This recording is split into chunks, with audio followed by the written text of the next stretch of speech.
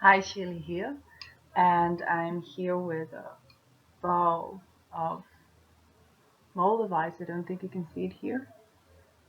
Oh, these are.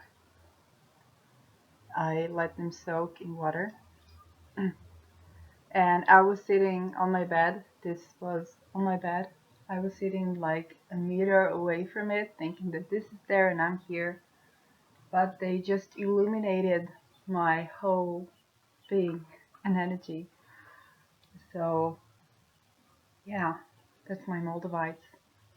And a little bit of Moldavite illumination. I would like to talk today about interdimensional relationships. Interdimensional relationship, what does that mean? Now, we all know relationships. We know that we have healthy and unhealthy relationships in the third dimension. We know also that we can share dreams, have telepathy, and even out of body experiences. Also speak about out of body sex with our partners. And I would like to speak about what happens in those interdimensions. So basically, everything that can happen in a relationship, healthy, unhealthy, toxic, non toxic, can happen in those interdimensions. And specifically, I would like to talk about power struggle. Now, the thing about the interdimensions of relationship is that it's more tricky to acknowledge them. Was it really telepathy? Was that really the consciousness of my partner? Was that really happening? Now, in a healthy relationship with ourselves, and when the partner has healthy relationship with us and themselves, we can very easily ask, did you also experience that? How did you experience that? We know that there are couples who have dreams, share dreams, and each of them has a different perspective. This happens not only with couples, but with siblings and whomever you have a close connection with. Unless you're very, very sensitive and you hear everybody's thoughts, that exists too. So we're not so sure what happened. That's the first thing. And communication is so important, which is why I'm recording this video. The second thing that can happen, because we're not so sure, we don't quite know um, how to set a boundary there, which is setting an intent basically. But we don't quite know how to set a boundary there, how to listen to a boundary there, how to notice that there is a boundary in those energetic fields. I know when I'm going to an energy healer, she knows when she can turn, for example, balance my lower chakras, or when she has to begin with other chakras, because she asks and she receives permission or not. For me, it's like I'm dumbfounded. How can I know? So you really need to ask permission and know when you have permission or not. So it requires a higher level of intuition to even develop the boundaries. And there is the sense of awkwardness. Can we speak about this? Can I speak about this with my partner? Will he think I'm a whatever? And those issues, I think, are not discussed enough. There is also the question of exclusivity or monogamy. If I have fantasies of another person and that other person feels that, if I have encountered or had some sort of out of body intimacy with another person, that's like a whole gray area. And that gray area, it allows for a lot to happen. If we talk about conventional settings of how you interact with people, then having that non-conventional setting, that telepathic connection, it can be very special and very unique. But when we keep it very unique and also very special and don't talk about this, then eventually, when we are left with questions or concerns or go through unhealthy or unhealthy experiences, we don't have anybody to talk with. And this is what this video is about. It's exactly about those interdimension relationships between people. So especially when we come to a place where there's a struggle. When there is a struggle, when the communication channels are not open, then like in every relationship, we can reach a power struggle.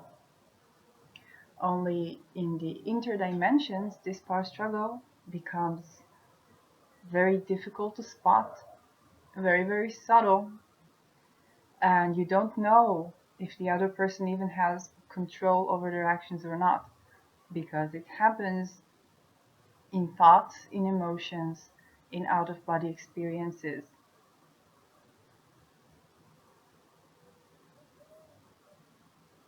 And all of the secrecy around it and all of the unconfidence around it, when one person, for example, is more experienced with the extra sensory abilities than the other, but they're not so much in their light, then they can have an advantage over a person who is not so intuitive and has this interdimension connection with them. Just like when you think about an older person who is more experienced in relationships, but is not so much in their lives, and a very younger person that have relationships between them, and there can be power imbalance. So this can also happen in the interdimensional relationship. And what you need to understand is the place where you stand or you give your control to another is harder to spot. And the way to treat it, there are also psychological levels, of course, but the way to treat it is also energetic. How do you safeguard or protect your energy? And what is protection? The protection of energy is basically raising the frequency to the frequency of love. And so not everything can enters the field, because whatever enters the field, it enters something less conscious that you have. If you know about psychic attack, and if you're watching this channel, then you probably do, then psychic attack happens when something is being attached to us. So it attaches to something in us. It's basically we attach to other beings or other consciousnesses or other patterns even. And then we begin to feel very bad. So it can also happen when we take care of ourselves and then something comes to clear up, to clean, and then it can create a certain gap in our halo where we are more susceptible to penetration of something that is unwanted or undesired. This usually comes to mirror something inner. Now, to the extent that we are aware of our shadow, we can bring in the light into the shadow and sort of loosen up the ties with whatever ties it. At first, things become more general. So if I take this knowledge from psychic attack and return it to the interdimensional relationship, when we have a power struggle that is not expressed in words, that is not expressed in physical actions, but is expressed in the interdimensional field, what we need to do is first to acknowledge it. It's there, it's out there. It has to be discussed. It has to be accepted and has to be validated. It's out there. And if it's not, then somebody's gaslighting is tricking themselves somehow, which is very, very dangerous, especially in this dimension, because in this dimension things can go wrong and people won't acknowledge it because they think that they're just imagining. So this is a very susceptible, um, the interdimensions are very susceptible to gaslighting. And in fact, they are a channel through which we sharpen our discernment in relationships and in our energy and in our self-love. These are all catalysts to our growth, those little demons. And just like in any relationship, we need to acknowledge, we need to love ourselves there. We need to understand that there's something in us that um, that attracts that. Yes, that attracts that. For example, it can be attraction based on I am very naive, and that person is drawn to naivety that he cannot express in himself. I'm naive, I'm childlike, and that other person is drawn to that. Or the inner child of the other person is drawn to my inner child. That's usually when we have the good connection, and then the little children can fight. They can be jealous, they can, whatever happens with little children, especially if they're wounded. So we need to acknowledge what is the truth of what's going on there, which is subtle, which is why it is so important to talk about inner dimensions, to talk about out-of-body experiences, to talk about telepathy, to talk about the extrasensory world as a real world. And the advantage we have is we know that the only way to clear this out is through love. Love detoxifies, love clears our mind. I'm not talking about the falling in love. I'm talking about being in connection with our hearts, with love, divine love, oneness love, a love that is calm, that gives us a sense of peace, of gratitude, of forgiveness. All of those layers are the layers of love. And that's the way to basically return to this love within the self and the connection to the higher self, source, whichever you want to call it, and ground yourself there, be aligned there, and ground yourself in general. This is true when we have a toxic relationship in our life, but this is also true if our relationship with our partners got toxic in the inner dimensions. Those little fears, those thoughts, especially when we have telepathy and we're very sensitive to each other's consciousness, there can be angers at the thoughts of another person. There can be angers at the emotions of another person.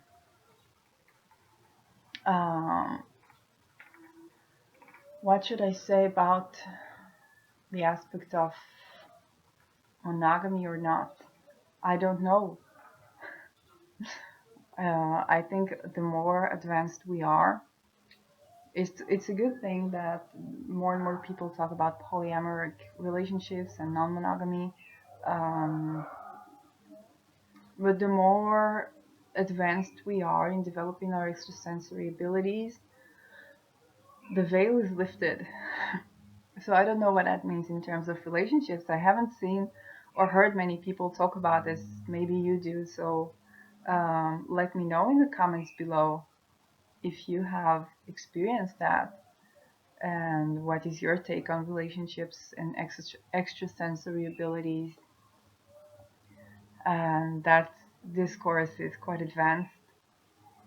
And concerning being isolated in a relationship, now when relationships go wrong, and sometimes they do, and there is a power imbalance, especially if there is a power imbalance not only concerning extrasensory abilities, But if there is a power imbalance in extrasensory abilities, then yes, there too, a partner can try to overwhelm or overpower, consciously or unconsciously, and it's hard to tell, especially because you feel their feelings and dream their dreams maybe and think their thoughts. So it's hard to tell whether they're just having this inner turmoil when they want to hurt you, or to genuinely activate their senses to hurt you, or both. But this can happen. And the important thing is that, we cannot put a court to these things. We have not learned how to master our extrasensory abilities that well that we can go to court on that. We have not mastered that. um, but and definitely there are people using extrasensory abilities, or aspects of the occult to hurt people. Of course, it takes away their power, it is creating bad karma, it's all true, it's still done. And the important thing is, A, to love, ourselves, to see where are we attached to this other consciousness or other entity. What side in us, or what are these sides seeking in us there? And how can we gain that in a way that is healthy for us, that is independent of that person? There are many, many, many, many, many, many people with extrasensory abilities that are practiced and that you can meet out there and have wonderful relationships with, and talk about this. And the more we talk about this here, and I'm letting this video be long, but the more we talk about this here, the more we create a community of people who are acquainted with the discourse. People didn't know what is non-monogamy about. I don't know, it was not in the mainstream discourse about, I think, 20, 30 years ago, except for maybe the hippies. People did not know what is King Society. They didn't have the discourse. And now there are places, especially thanks to the YouTube, thanks to the social media, where these things are discussed.